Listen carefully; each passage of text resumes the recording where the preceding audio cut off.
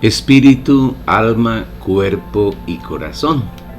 Capítulo 4. El cuerpo humano, primera parte. Llegamos al discernimiento del tercer elemento que conforma el hombre, el cuerpo humano. Es el elemento físico, exterior, material y visible de las tres partes que conforman el hombre. La Biblia nos cuenta que Dios formó el cuerpo del hombre del polvo de la tierra, que puso en él su aliento de vida, es decir, el espíritu humano, y al encontrarse ese espíritu con el cuerpo se formó el tercer elemento y el más importante, que es el alma humana. Formó pues el Señor Dios al hombre del polvo de la tierra y sopló en su nariz el aliento de vida, y fue el hombre un alma viviente. Génesis capítulo 2 versículo 7. El cuerpo humano tiene un elevado número de órganos que permiten al hombre desarrollar todas las funciones que Dios estableció mientras vive en este tabernáculo. Y para que el ser del hombre, es decir, el alma, pueda relacionarse con el mundo físico que lo rodea, el cuerpo cuenta con 5 sentidos, con los cuales puede percibir y relacionarse con los elementos que están en su entorno. Estos sentidos son el oído, la vista, el olfato, el gusto y el tacto. Mediante el uso de esos 5 sentidos, el hombre puede usar los elementos que Dios puso en su entorno y por medio de ellos vivir en la tierra. El hombre, con el sentido de la vista, hace uso de los elementos que contribuyen a la continuidad de la vida y a evitar aquellos elementos que le causan daño y que le impiden vivir. Usando el sentido del oído, escoge los sonidos que son agradables y evita aquellos que le causan desasosiego. Gracias al oído puede relacionarse con personas, animales y objetos que le ayudan a tener una vida placentera en la tierra. El olfato guía al hombre a acercarse a las sustancias que le producen sensaciones agradables, aquellas que son comestibles, y le dan oportunidad de alejarse de los elementos que por su consistencia causan daño a su humanidad. El gusto que está en el cuerpo informa al alma humana de los elementos con los que puede alimentar las células para vivir y fortalecer el organismo, para vivir una vida sana y mantener un cuerpo saludable. Finalmente, el sentido del tacto produce en el ser humano sensaciones agradables o desagradables y le informa sobre aquellos elementos que debe evitar porque le causarían la muerte o graves daños a su cuerpo. Los sentidos son ventanas por medio de las cuales el alma es informada para que el hombre pueda tomar los millones de decisiones que a diario debe tomar para conservar su vida en la tierra. Cuando alguno de los sentidos no existe o deja de funcionar, aunque el hombre puede seguir viviendo, su vida se vuelve limitada y tiene mayores dificultades para vivir y desempeñarse adecuadamente. Ese fue el propósito que Dios tuvo al crear el cuerpo en el hombre, que sirviera para contener el alma, que es la persona humana, y el espíritu, y de esa manera el ser del hombre estuviera completo, apta para cumplir el propósito eterno del Señor. Sin embargo, Satanás, que en ese momento era rebelde y enemigo de Dios, buscó la oportunidad de estorbar el propósito del Señor con el hombre, y precisamente usó el cuerpo, los sentidos, para engañar a Eva, penetrar en el alma del hombre, corromperla e impedir que Dios se mezclara con el ser humano. Si miras detenidamente desde tu espíritu lo que hizo Satanás para tentar y engañar a Eva, verás que usó todos los sentidos de ella. La serpiente era astuta más que todos los animales del campo que Dios el Señor había hecho. Así que le preguntó a la mujer: ¿es verdad que Dios les dijo que no comieran de ningún árbol del jardín?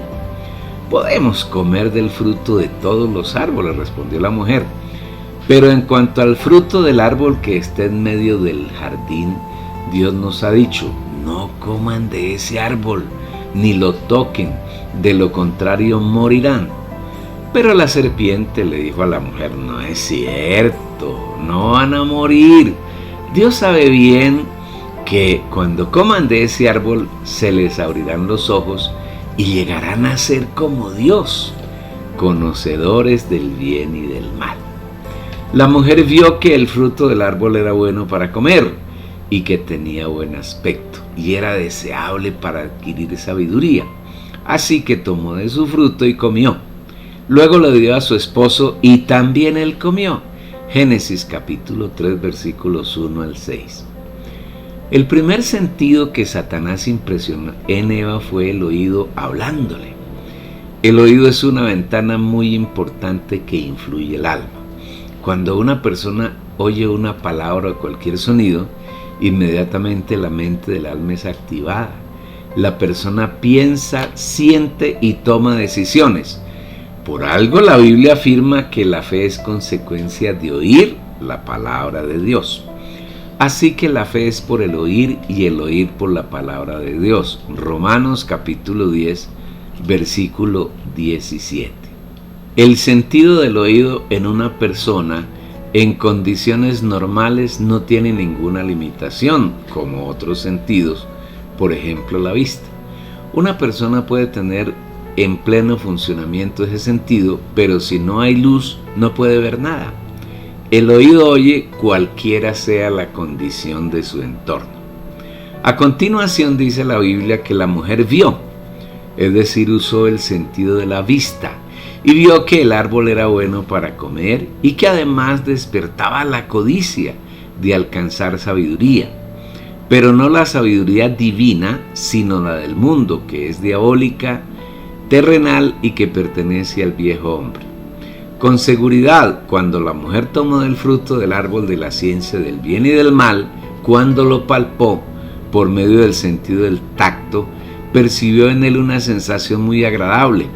Su textura, su forma, su color y todos sus detalles debieron producir en ella mucha satisfacción. Seguramente, antes de llevarlo a la boca, percibió su olor delicioso y agradable y por eso lo degustó y finalmente lo comió. Luego convenció a su marido para que procediera como ella y permitiera que Satanás introdujera su naturaleza en él, y desde entonces todos los humanos quedamos condenados a ser prisioneros y súbditos del diablo. Desde ese momento las cosas para los hombres siguen siendo iguales. Puedes ver que en el mundo hombres y mujeres se deleitan cada día en pecar. Para los incrédulos, pecar es el acto más humano que existe y cada día los hombres se complacen en inventar nuevas formas de pecar. Y son tantos los pecados que a diario se cometen en la tierra que el Señor declara que los pecados han llegado hasta el mismo cielo. Porque tus pecados se han amontonado hasta el cielo y Dios se ha acordado de sus injusticias. Apocalipsis capítulo 18 versículo 5. Por esa razón, el juicio de Dios sobre los habitantes de la tierra está muy cerca de manifestarse. Satanás hoy continúa induciendo a los hombres a pecar y lo hace por medio de los sentidos, porque esa es la especialidad del perverso, tomar lo que Dios creó y corromperlo. Por medio de los sentidos el diablo corrompe cada día al hombre, lo oprime, lo atrapa y lo convierte en enemigo de Dios. Y si tú, como hijo de Dios, no eres cuidadoso, caerás en sus redes. Pero temo que como la serpiente con su astucia engañó a Eva, vuestros sentidos sean de alguna manera extraviados de la sincera fidelidad a Cristo. 2 Corintios 11, capítulo 3. Él anda alrededor como león rugiente buscando los sentidos de las personas para inducirlos a pecar, a ser enemigos de Dios, a vivir bajo la esclavitud del pecado. Y si tú eres un creyente que no te has habituado a poner tu mente en el Espíritu, serás una víctima fácil de sus tretas y su engaño. Pero es necesario entender que los sentidos no tienen ningún poder para tomar decisiones. Ellos son neutrales.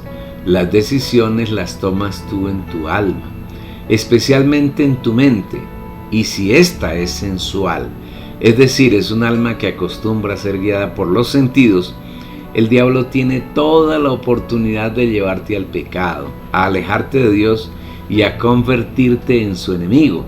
Pero si por el contrario eres un hijo de Dios que permanentemente piensas en las cosas del Espíritu, piensas en Dios, disfrutas sus riquezas, Satanás no podrá introducir nada en ti por medio de tus sentidos.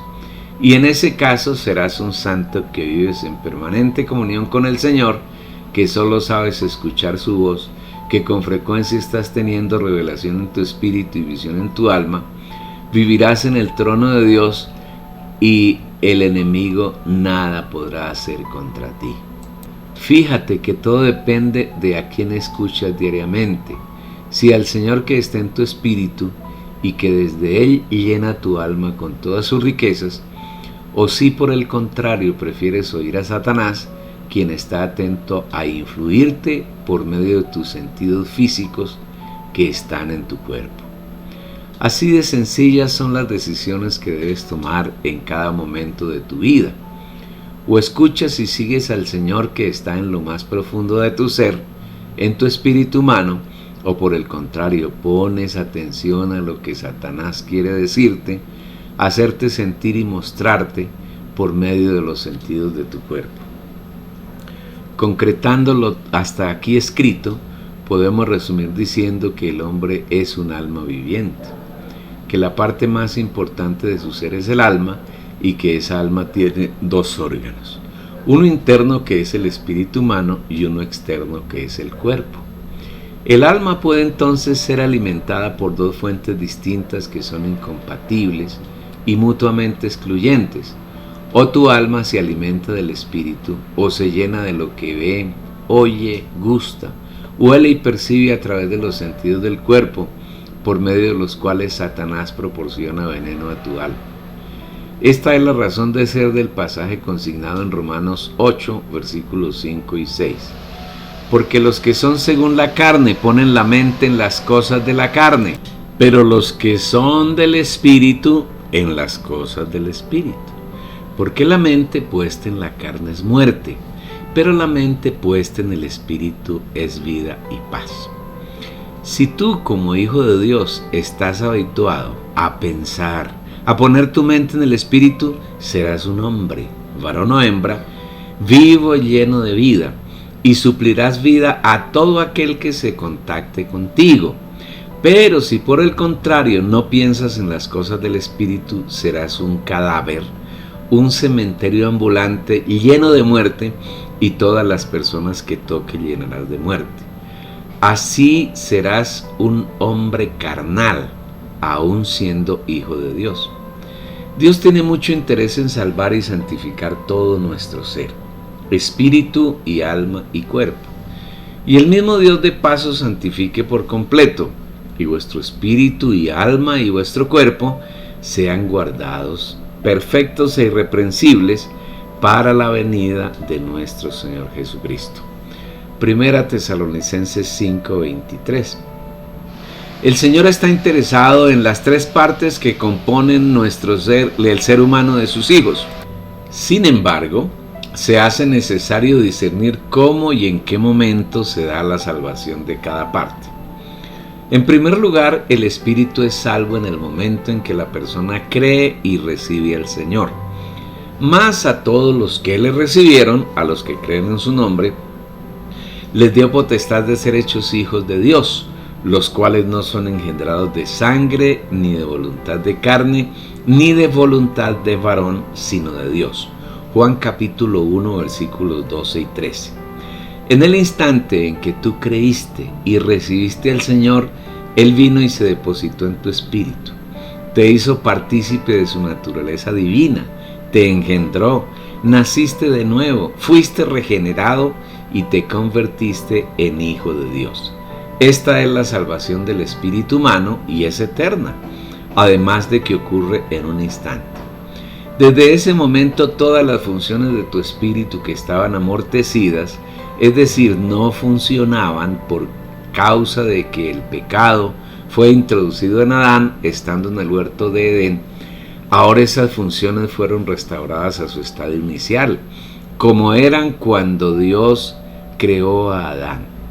Desde ya puedes tener comunión con el Señor en tu espíritu, puedes tener revelación de su persona y su obra, y tu conciencia está alerta para mostrarte si lo que piensas, dices y haces agrada al Señor o no.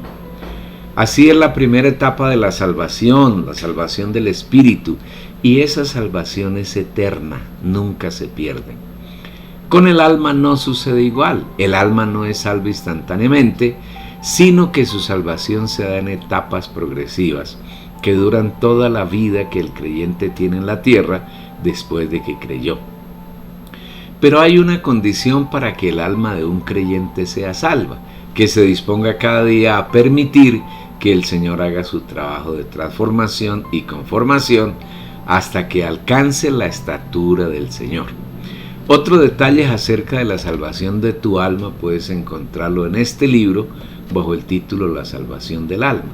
En todo caso, este es un proceso que dura toda la vida del creyente en la tierra, o en los 3 años y medio de la gran tribulación, o en el milenio, dependiendo de la decisión que tomes voluntariamente. Aquí concluye este capítulo y esperamos que hayas podido disfrutar mucho, que hayas encontrado novedad de vida en él y que asimismo anheles que otros encuentren novedad de vida.